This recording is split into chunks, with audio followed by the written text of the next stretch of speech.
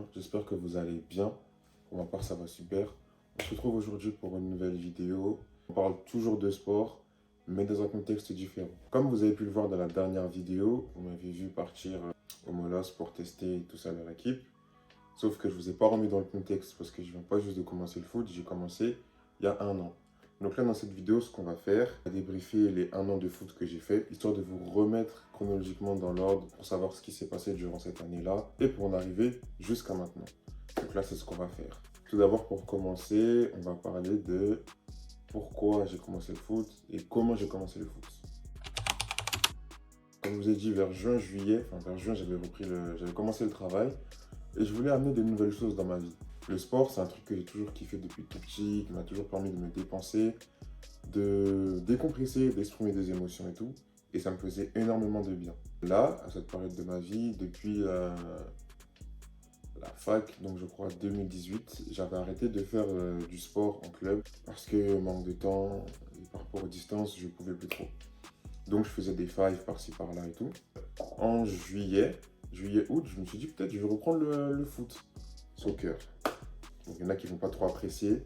Mais en gros, c'est pour faire la distinction entre football américain et foot. C'est pour ça que je vais dire soccer. Donc, je voulais reprendre le soccer et tout. Je commençais à regarder les clubs autour de chez moi. Des personnes de mon entourage qui m'ont dit « Ouais, pourquoi tu ne ferais pas du foot US ?»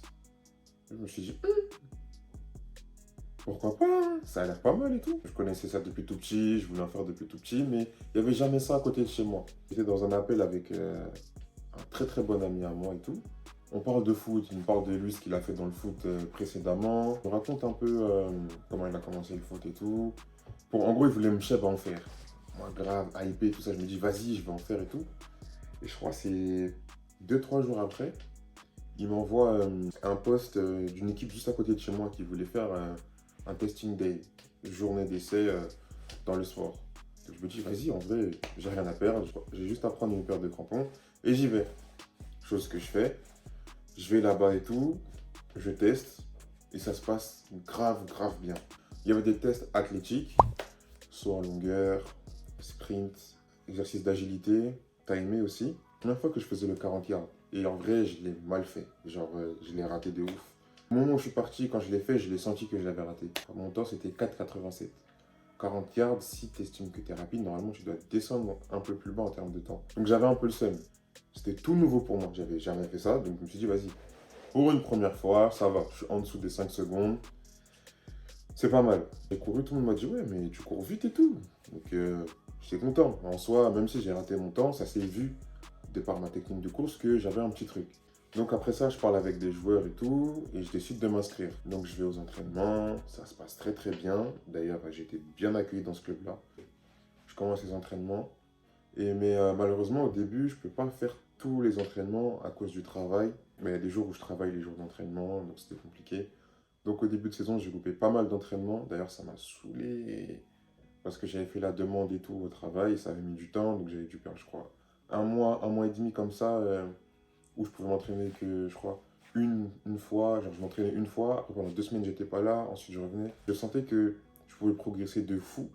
C'était le moment de progresser de fou, mais que j'avais pas forcément l'occasion. Donc frustration de ouf. Mais bon, après c'est passé. J'ai pu m'entraîner chaque semaine et du coup je loupais aucun entraînement. J'étais tellement content de découvrir un nouveau sport, une nouvelle discipline, un nouveau truc, qu'en fait, dans mon quotidien, il n'y avait que ça. Je regardais des vidéos YouTube, je regardais des TikTok, je regardais des vidéos Insta, vraiment tout. Quand vous découvrez un truc, vous voyez vraiment que ça, vous voyez que par ça, vous cherchez que ça. Là, c'était vraiment ça dans ce sport, je ne cherchais que ça. Il faut savoir, quand je me lance dans un truc, j'aime trop le faire à 100%. Ça veut dire, si je découvre un truc et que je vois que je suis nul, je vais tout faire pour progresser et devenir le meilleur possible. Être nul, j'aime pas ça. En fait, ça me frustre d'être nul dans un truc que je kiffe, donc je me donne les moyens. Je faisais pareil pour les jeux vidéo, j'ai fait pareil pour le dessin. Je me suis dit, bah, dans le sport, encore plus, je vais carburer. Donc, c'est ce que j'ai fait. Je me suis renseigné, documenté et tout. À côté de ça, j'ai commencé aussi à aller à la salle de sport parce qu'en parlant le jour de l'essai et après en reparlant de mes entraînements avec des coachs, ils m'ont dit le travail sur le terrain, c'est important, mais le travail aussi à l'extérieur, ça compte. Et ça passe par le renforcement musculaire, en fonction de ton poste, la prise de masse, le travail de force, d'explosivité. Les mois avancent et tout. Et pour que je puisse faire la saison correctement, il faut que j'ai tous mes équipements. Donc j'avais commandé mes épaulières, j'avais commandé mon casque. J'avais acheté des gants sur place parce que j'avais trouvé un magasin sur Paris. J'avais déjà des crampons. Ils étaient trop grands, mais dans un premier temps, ça allait. Donc je faisais avec. Mais après, j'ai tout acheté au fur et à mesure. Mais le truc qui m'a stressé, c'était le casque parce que je l'avais commandé. Mais sur le site où je l'avais commandé, en fait, il était en rupture de stock en France. J'ai commandé normal, mais pour eux, c'était comme une précommande. Ensuite, ils sont partis le chercher aux États-Unis pour le ramener en France. Et là, après, ils ont pu me l'expédier. Après du temps, ça fait que moi, je commençais à appréhender parce que l'entraînement, ils commençaient à dire ouais, si vous n'avez pas de casque, vous ne pouvez pas vous entraîner, vous ne pouvez pas faire les matchs amicaux. Donc, je me disais, waouh, dinguerie de ouf.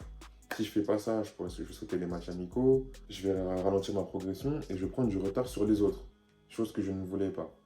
Dieu merci, le club il prêtait encore des casques. Donc pour les entraînements, c'était OK. Juste les matchs amicaux, j'ai pas pu les faire. Mais ça, c'était pas forcément à cause des équipements, mais c'était à cause du travail. La pré-saison, en fait, je l'ai pas vraiment bien vécu, entre guillemets. Il fallait que j'achète le matériel, il fallait que je puisse être dispo pour les entraînements et tout ça. Donc c'était compliqué. Mais franchement, j'ai kiffé parce que c'était vraiment les premiers mois de découverte d'un nouveau truc. Donc malgré les difficultés, genre, je me disais, c'est pas grave, dans tous les cas, ça arrive, ça arrive, ça arrive. Et pas trop en retard par rapport aux autres. Parce que même quand, en fait, j'ai rien loupé, donc j'étais pas en retard par rapport aux autres. Donc au final, ça va. J'avais stressé un peu pour rien sur ce point-là.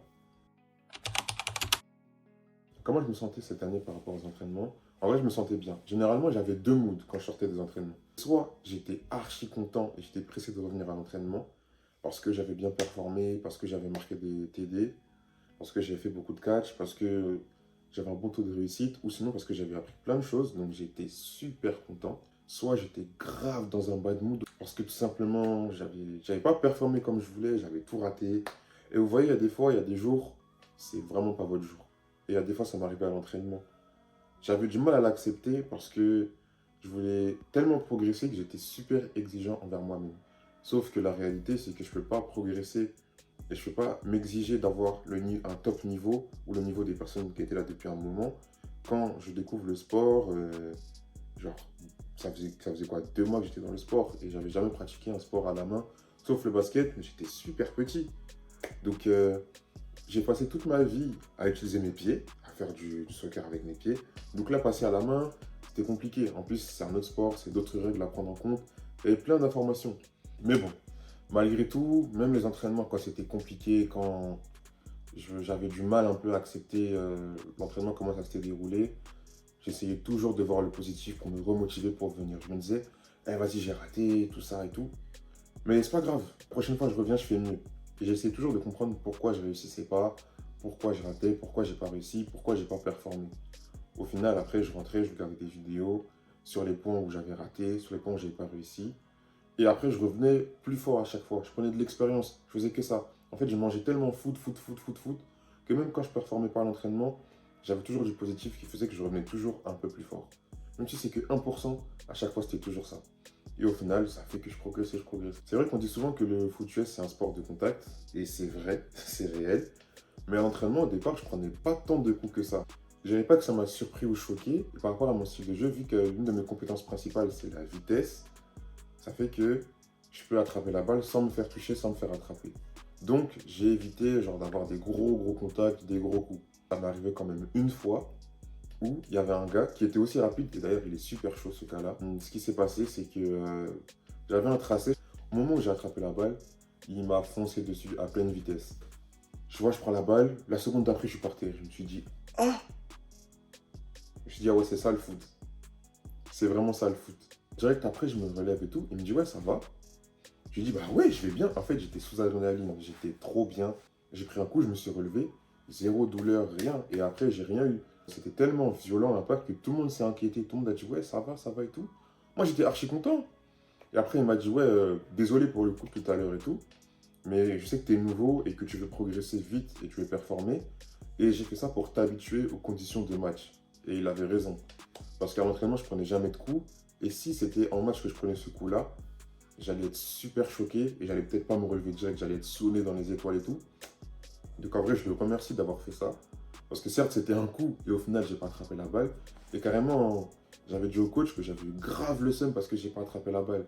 Et il m'a dit, en fait, c'est juste que Il a bien joué, tu pouvais rien faire. Il a calculé, il a réfléchi, il a bien lu le jeu et il a été plus fort que toi. D'ailleurs, anecdote sur le fait d'avoir me démood à l'entraînement. Il y a eu un entraînement où, au début de l'entraînement, ça se passait bien et tout. Je réussissais tout et tout, donc j'étais bien. Après, au bout d'un moment de l'entraînement, je sais pas pourquoi, je me suis déconcentré de ouf. J'ai décroché, j'arrivais plus à rien. Quand je vous dis plus rien, je ratais toutes mes balles, j'en catchais aucune. Je faisais n'importe quoi. J'étais archi saoulé. Ensuite, on est passé à l'opposition, attaque contre défense. Je me suis remis dans ma bulle et tout, je parlais plus. Et je me disais, ouais, pense juste à la balle. Pense juste à la balle. La balle, la balle, la balle. Quand tu cours, pense à la balle. Une fois que tu finis ton tracé, pense à la balle. Et je suis arrivé à un état de concentration. Ça veut dire après on joue et tout. Là, le QB, il me lance, il me dit, ouais, faire un deal. Et il me fait un signe. Et le signe, ça veut dire tu cours tout droit. J'ai dit, ok, c'est parti. On part, on lance le jeu. Mon défenseur est devant moi. Feinte, vitesse. Quand je vous dis vitesse, je suis allé tellement vite. Là, il m'envoie la balle. Je la prends. Genre, j'ai dû sauter pour la prendre parce qu'il y avait un autre défenseur qui venait. Je saute, je la prends. Limite du terrain, je sors. Mais genre, j'avais gagné, je crois, 30-40 yards. Tout le monde me dit, oh, bien joué, tout ça. Comment, depuis quand tu sais faire ça et tout. Il relance un jeu. Il dit, ah, t'es chaud. Il me relance encore. La même action. Pareil, je la cache de la même façon. Genre, je me suis tourné et tout. Je l'ai prise au bon moment dans un timing de fou. Le défenseur pouvait rien faire. Il y a un coach qui me dit, oui, mais toi, depuis quand tu sais faire ça? J'ai dit, je sais pas, coach. Moi, je regarde juste des vidéos. Après, je reproduis. Et c'est vraiment comme ça que je progresse. Et comme quoi, en vrai, même si au départ, c'était pas forcément ça l'entraînement, j'ai pas lâché, j'ai pas désespéré, j'ai continué. Et au final, j'ai fourni un résultat de fou. Donc, toujours garder le positif. Quand c'est négatif, il faut accepter que c'est négatif pour se consoler et se remettre dedans. Là, c'est ce que j'ai fait et au final, j'ai juste kiffé mon entraînement en vrai. J'ai juste kiffé. Blessure, ouais, j'en ai eu. J'ai eu 2 fois la même blessure. En fait, c'est aux ischio. En fait, c'est pas une blessure de ouf. C'est une blessure en gros qui montrait que mon corps il avait besoin que je le renforce. Je vous explique. J'ai appris ça en parlant avec des gens qui font de l'athlé. Quand vous courez beaucoup, énormément à grande vitesse, votre corps il s'habitue à ça et il veut aller de plus en plus vite. J'ai découvert que mon corps produisait énormément de force au moment où je courais. Sauf que le problème, c'est que plus je courais, plus mon corps il arrivait à sortir cette force-là plus rapidement. Sauf que mes ischios ils m'ont dit, ah, mon gars, ralentis, ralentis. Parce que là, la force que tu sors là, on ne peut pas l'assumer.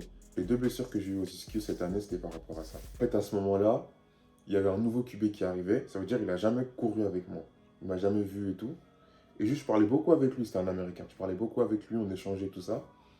Et le jour où je suis revenu sur le terrain, je cours, mais j'allais trop vite. Genre, dites-vous, j'allais plus vite qu'avant. Même moi, genre, je l'ai découvert. Au début, je ne me rendais pas compte parce que j'ai l'habitude de courir. Je vois, le monde, il passe vite et tout. Mais on m'a dit, tu cours plus vite qu'avant. Et j'étais trop content de savoir ça. Et c'est pour ça que je me suis, genre, qu'on m'a dit, renforce tes ischios parce que tu vas plus vite qu'avant. Et grâce à ça, tu verras que ton corps il va plus suivre et tu pourras encore progresser. En fait, la blessure aux ischios, ça vous montre que vous êtes en train de dépasser un palier. Et là, le palier, je l'ai dépassé, je l'ai atteint. Et il fallait que je me renforce. Donc j'ai commencé à me renforcer et tout. Et au final, après, je suis revenu sur le terrain. Plus de blessures aux ischios. Après, les autres petites blessures que j'ai eues, c'était poignet, mais ça, c'était en fin d'année. À un moment, c'était le doigt, parce que j'ai pris le ballon fort dessus.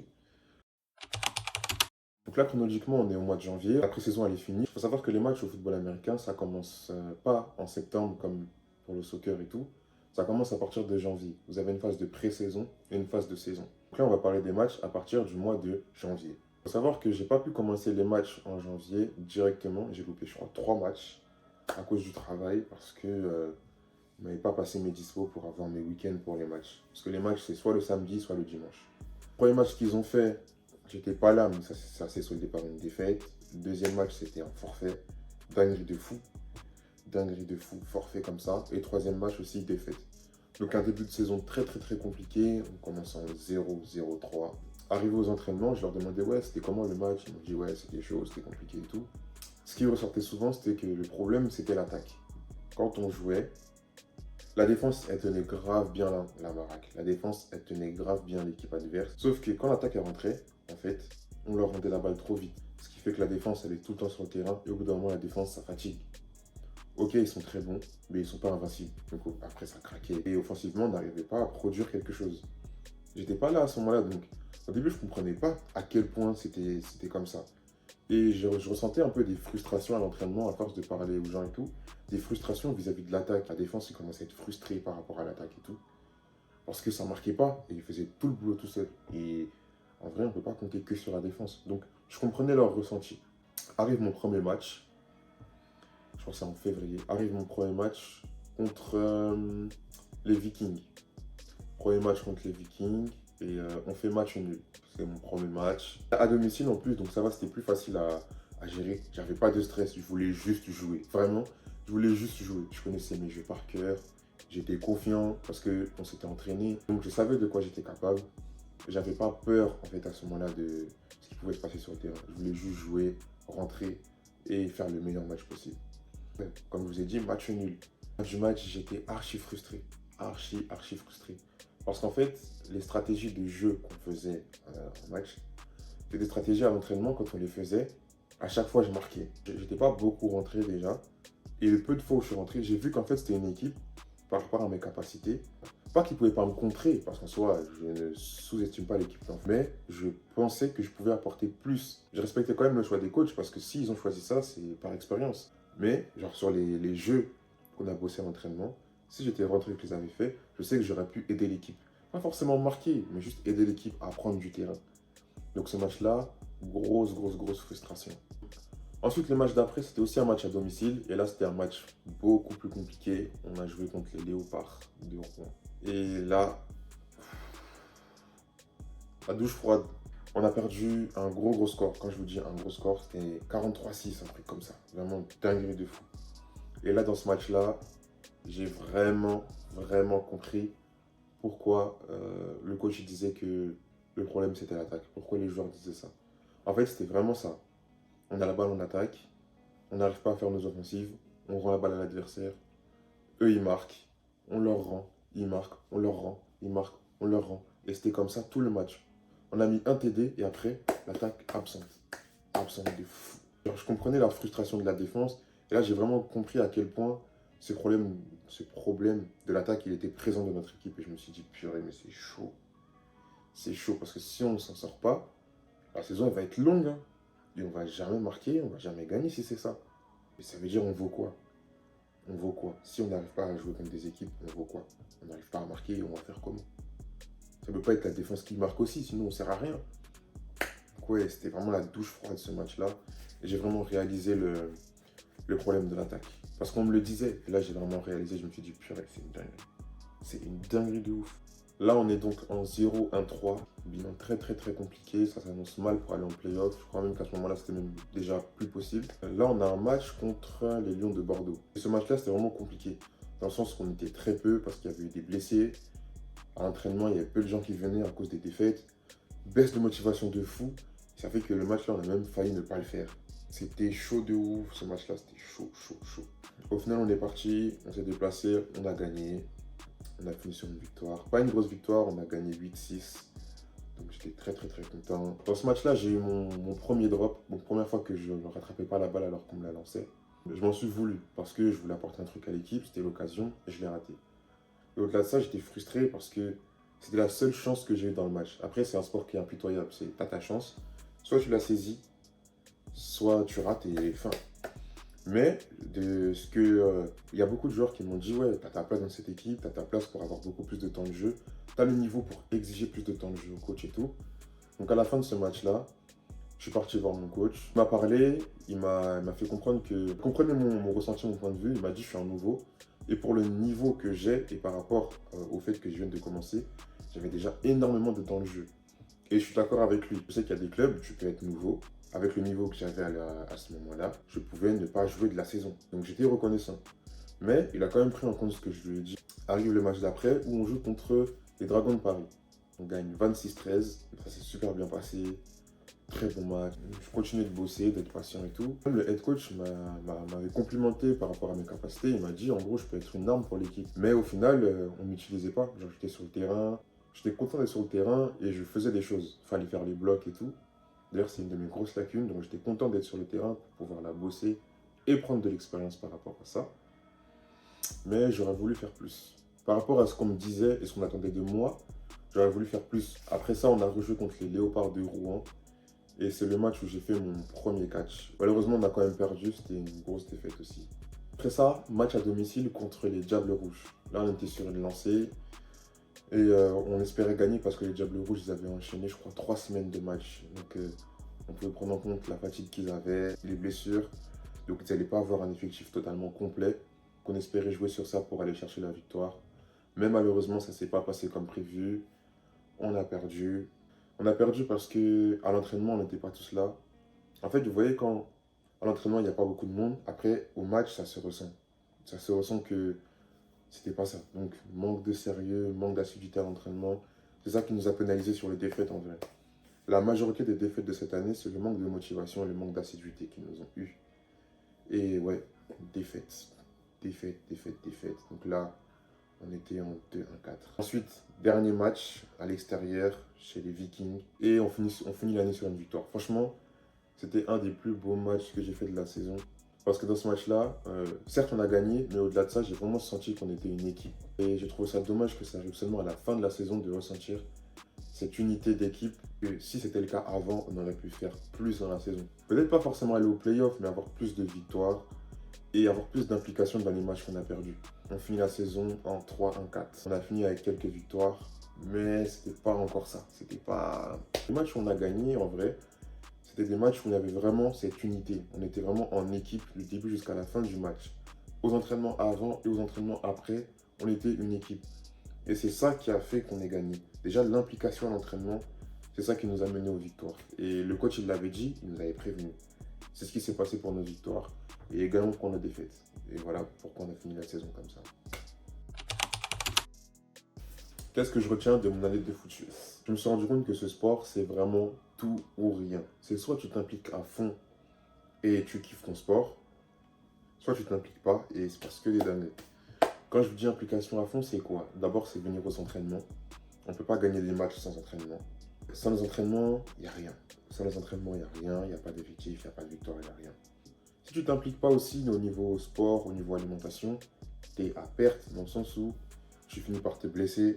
Si par exemple tu ne vas pas à la salle, tu ne te renforces pas, tu te blesses. Tu manges mal, tu dors mal, ton corps il récupère mal, tu te blesses. Donc c'est vraiment tout ou rien. Impliquez-vous à fond dans votre sport en fait. Impliquez-vous à fond. Également, ce que je retiens, c'est le renforcement. Le renforcement, c'est super important. Au-delà de faire une prise de masse parce que votre poste l'exige, avant tout, c'est le renforcement pour éviter les blessures et que votre corps puisse assumer l'effort que vous voulez lui faire subir. Moi, c'est ce qui m'est arrivé dans l'année. Les 2 fois où j'ai eu mes blessures au ischio, c'était le manque de renforcement. Un truc aussi qui est kiffant, c'est que ce sport-là, c'est vraiment, je crois que c'est le sport le plus collectif que j'ai vu. Ça peut paraître bizarre de dire ça, mais par exemple, vous voyez au soccer, c'est un sport collectif aussi, ça se joue à 11 contre 11 et tout. Mais, genre, il y a des individualités et c'est plus du chacun pour soi. C'est chacun veut se démarquer dans une équipe de 11 joueurs.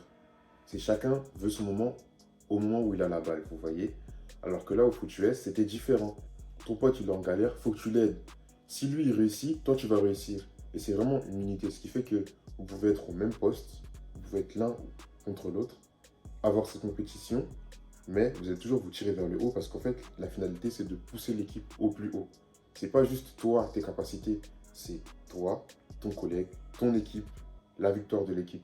C'est surtout ça dans le foot US. Et c'est ce que j'ai compris et j'ai trouvé ça vraiment fort parce que c'est un truc que je recherche dans le sport. C'est peut-être une vision utopique que j'aime, mais dans le sport collectif, je recherche une équipe avec cet esprit d'équipe genre super fort, des liens super forts entre les coéquipiers. Et le fait d'avoir eu des bribes de ça cette année, ça m'a fait du bien. J'ai vraiment compris que c'était ce sport-là qui faisait ça.